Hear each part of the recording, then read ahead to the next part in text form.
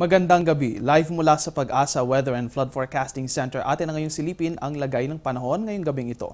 Mga kaibigan, ayon sa huling ulat ng Pag-asa, itong binabantayan nating low pressure area ngayon ay nasa layong 140 kilometers dito sa may hilaga ng Puerto Princesa City at nagpapatuloy sa paggalaw nito patungo dito sa may kanluran kung saan siya ay lalabas mula sa PAR line.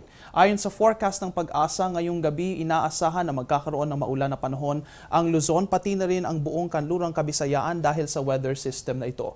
Magkakaroon po tayo ng maulap na himpapawid na may light to moderate rain showers at thunderstorms dito sa may bahaging ito ng bansa. Yan po ay ang buong Luzon, pati na rin ang Western Visayas. Habang magkakaroon naman ng improving weather conditions, yan po ay fair weather conditions, partly cloudy to cloudy skies, still with isolated cases ng rain showers at thunderstorms dito naman sa may eastern part ng Visayas, pati na rin sa buong Mindanao. Magpapatuloy po ang ganitong weather conditions, inaasahan hanggang bukas kung saan maaari nang lumabas ang low pressure area mula sa ating bansa.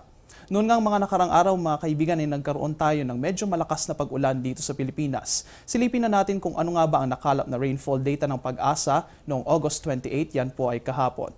Nanguna sa ating listahan dito ang Dagupan City sa may Pangasinan kung saan umabot ang pag-ulan sa 65.4 mm. Habang pangalawa naman sa ating listahan na nakakalap ng malakas na pag-ulan at medyo mataas na rainfall ang Calapan City sa may Oriental Mindoro kung saan umabot ito ng 63 mm.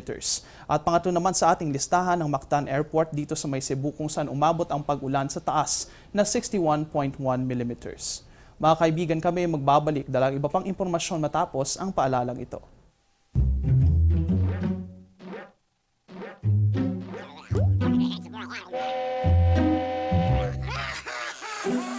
Worried kung nasaan ang package mo?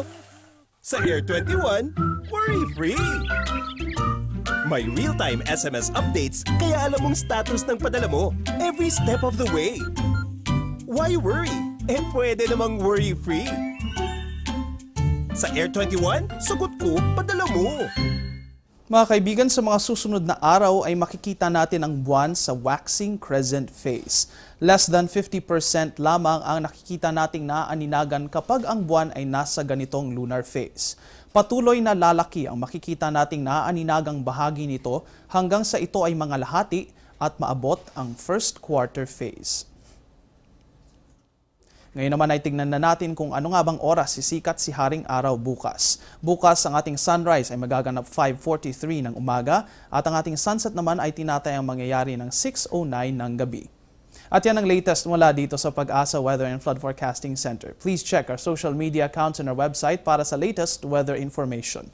Mula dito sa Panahon TV kung saan walang pinipiling panahon ang pagbibigay impormasyon. Ako ang inyong weather guide, Earl Figuracion. Magandang gabi sa inyong lahat.